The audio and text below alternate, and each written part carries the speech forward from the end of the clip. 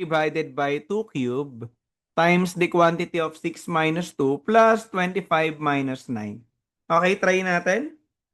Again, sa PEMDAS, ang uunahin yung parenthesis. Okay? So, ito po yung unang isa-solve. Itong dalawa. Okay? So, bring down lang natin yung nasa may taas.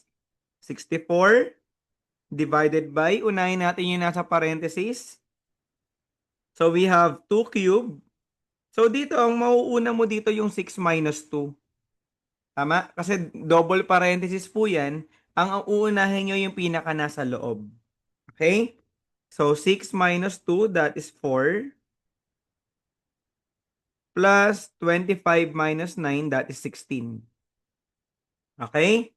So, meron pa tayong parenthesis dito. Nandito sa may 2 cube times 4. Isa pang parenthesis. But, meron din tayo diyang cube, no? Ibig sabihin, kailangan i-apply nyo muna yung exponent. Tama? Bago natin i-multiply by 4. So, try natin. So, 64 divided by, ang 2 cube guys, ang 2 cube, that is equivalent to 2 times 2 times 2. Okay? 2 times 2 times 2, that is equal to 8.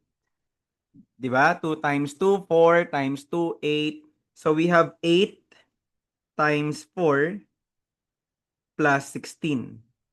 So, this time, pwede na nating matanggal yung parenthesis. Okay? So, 8 times 4. So, that is 64 divided by 8 times 4. We have 32 plus 16.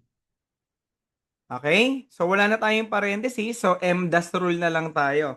Ang uunahin natin yung division bago addition, no? So, divide. 64 divided by 32, this is 2. Then, bring down 16. 2 plus 16, that is 18. So, the answer is letter B. Yan. Very good yung mga nasa chat. Okay, naintindihan ba?